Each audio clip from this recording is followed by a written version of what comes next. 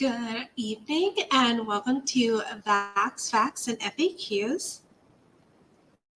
Vax Facts and FAQs is a virtual discussion on how to stay healthy and get up-to-date information on flu and COVID-19. This month, we will be discussing COVID and flu updates, how to get back on track with the routine vax, back to school information, respiratory illness season this fall and how we can prepare for that, and of course, our frequently asked questions. So first we'll start with our COVID-19 updates. And what we'll start to see is it's more of the same, which is good. Overall, there is this downward trend that continues. This is, of course, thanks to vaccination, treatment options, and tracking. And really at this point in the pandemic, so many people have immunity, whether it's from having COVID-19 themselves or they have immunity from vaccination or both. So we're going to see a lot of green, which is for this map, hospital admissions. And admissions, we can infer, from admissions, we can infer that there is a low community spread of COVID-19. And this is true for most of the country, including Michigan. And a low level of community spread is great.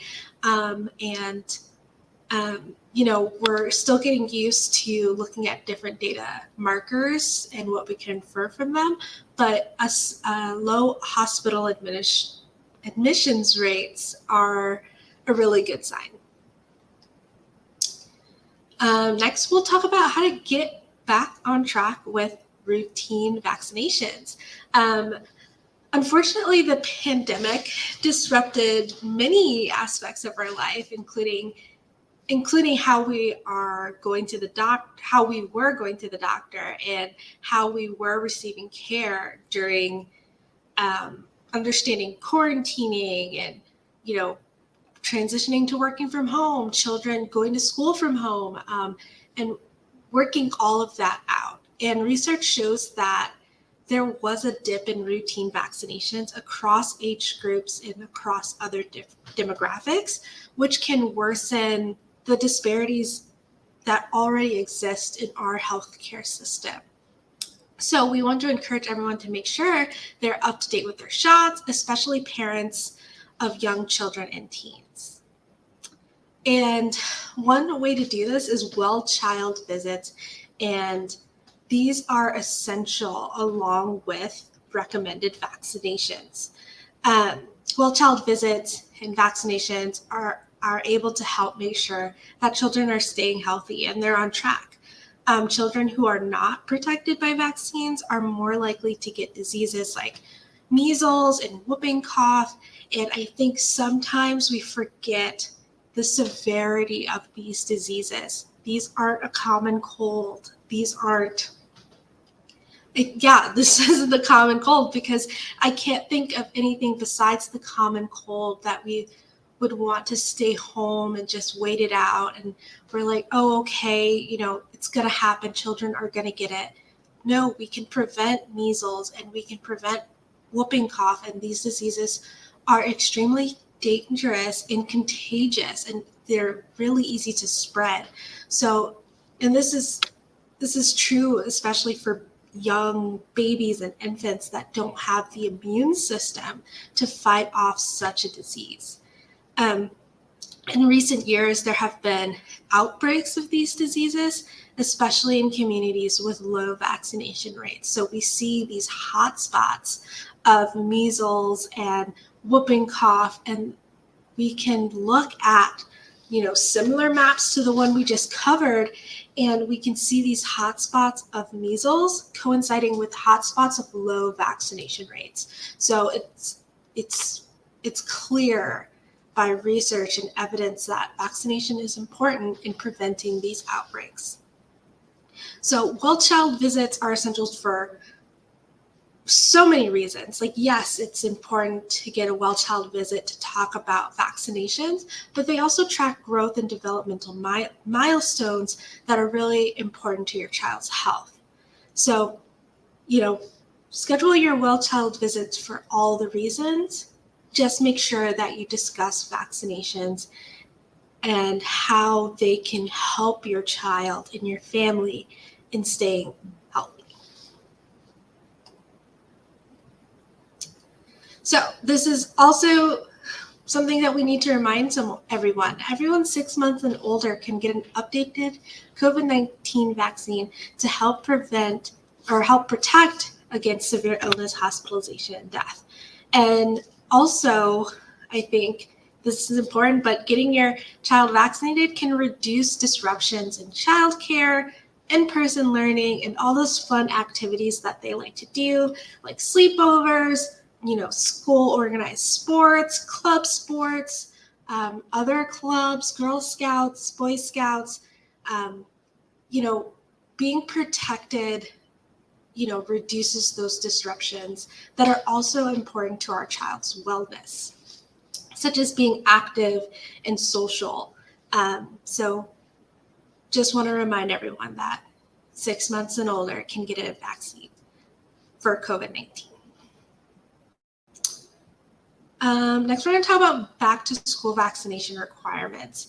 And this is, this varies. So all states and the District of Columbia and territories have vaccination requirements for children attending childcare facilities and schools. So these requirements are set in place to maintain a high vaccination coverage and low rates of vaccine preventable diseases, not only in our community, but within our child's schools and within our child care facilities. So these vaccination requirements are essential to that, and parents need to be aware of what the requirements are so that they can fill them. Now, there are requirements, but there are also exemptions. And if you speak with your doctor, you speak with your local health department, you speak with your school nurse, you can navigate that field as well.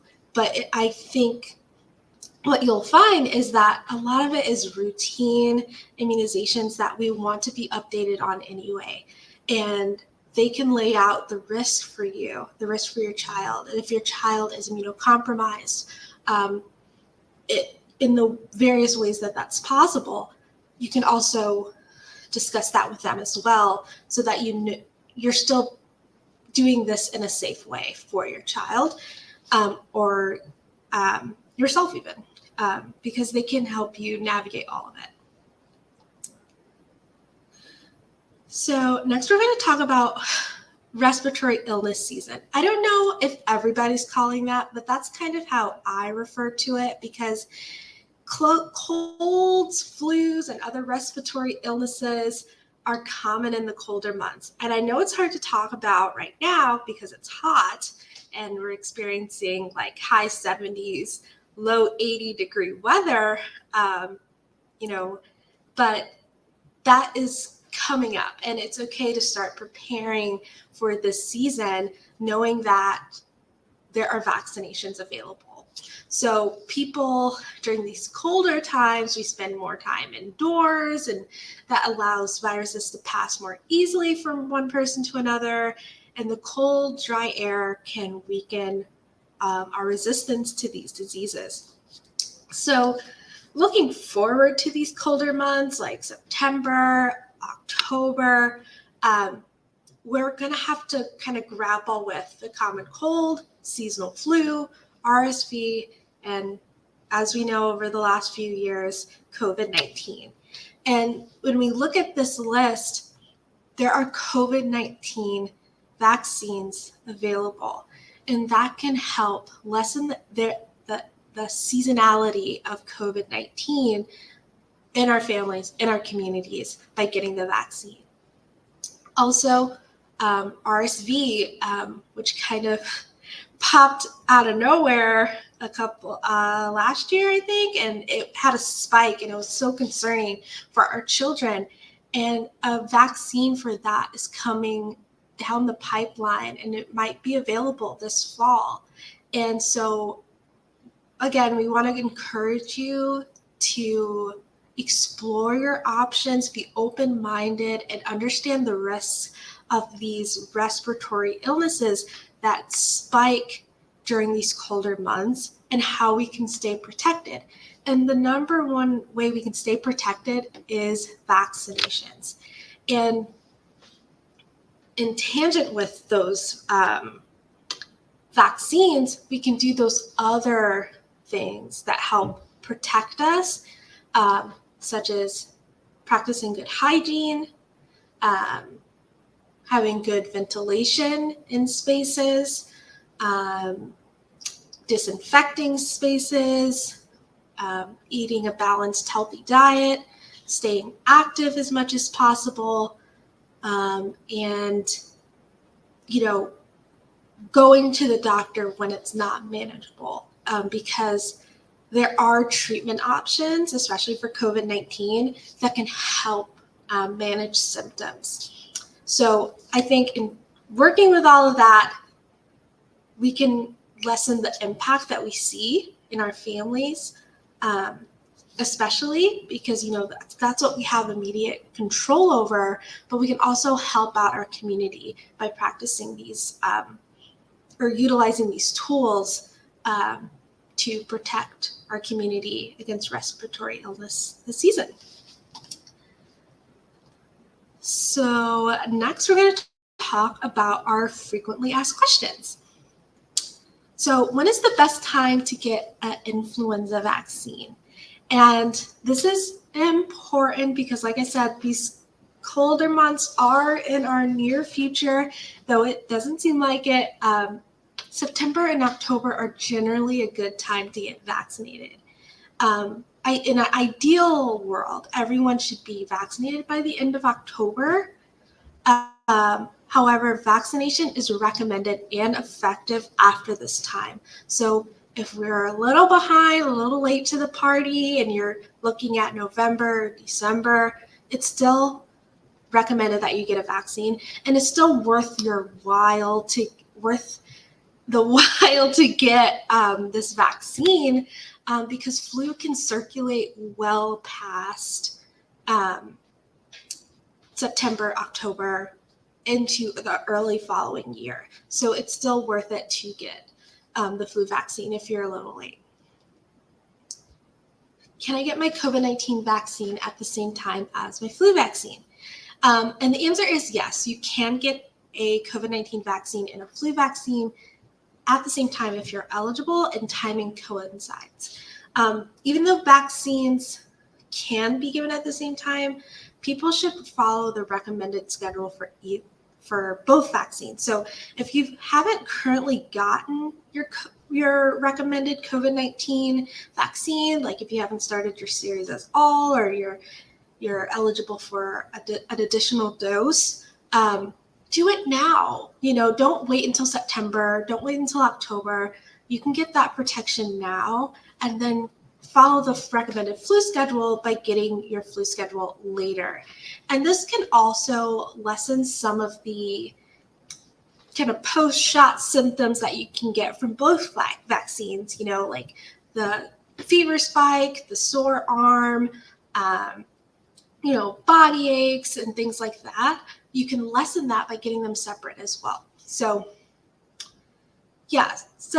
in short, don't wait until September and October if you don't have to, or it's not more beneficial to you to wait. Sometimes life happens and you're going to end up getting them at the same time a little later, and that's okay. But if you can get the COVID-19 vaccine sooner, I think you should.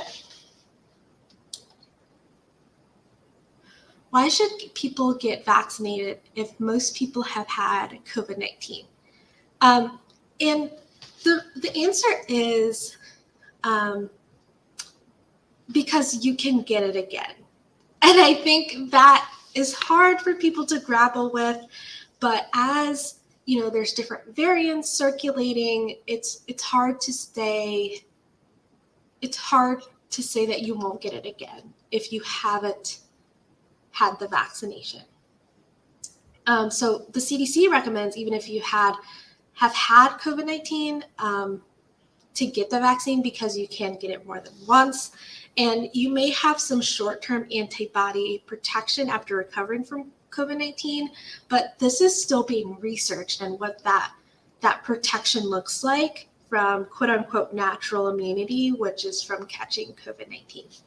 But if you haven't caught COVID-19, that is a really good thing. It's not something that you want to seek out so that you have protection. It is safer in terms of disease outcomes to get the vaccine rather than take your gamble in getting COVID-19, because we're also still researching long COVID and how that plays a role in recovering from COVID-19 and with those long-term effects, 2 weeks, a month, 3 months, 6 months, a year after you recover from COVID-19. So it's important that you consider getting immunity from your vaccine rather than contracting COVID-19. And I also want to acknowledge that vaccine protection isn't 100%, but it's very, very effective, nearly 100% effective in preventing severe disease outcomes. And you won't get that protection from severe disease outcomes such as hospitalization and death from contracting COVID-19.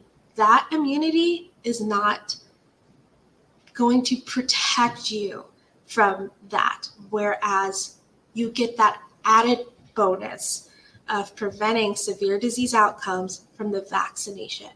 And that's something truly to consider when you're trying to decide if the vaccine is something that you want to do, or an additional dose is something that you want to do. So yes, you should get vaccinated if you feel that, even though you feel most people have had COVID-19, because a lot of people are getting it again, you're at risk of getting it again. The vaccine, isn't 100% effective at preventing you getting the vaccine, but it's nearly 100% effective at keeping you out of the hospital and preventing deaths. And that is very important. So I want to say thank you for joining us for another episode of Vax Facts and FAQs. And if you ever have questions or feedback, you can reach out to the Reach team here at NKFM at reach@nkfm.org, or you can visit our website to see our other resources that we have available at nkfm.org. Again, I just want to say thank you, and I hope you have a great rest of your day. Thanks. Bye.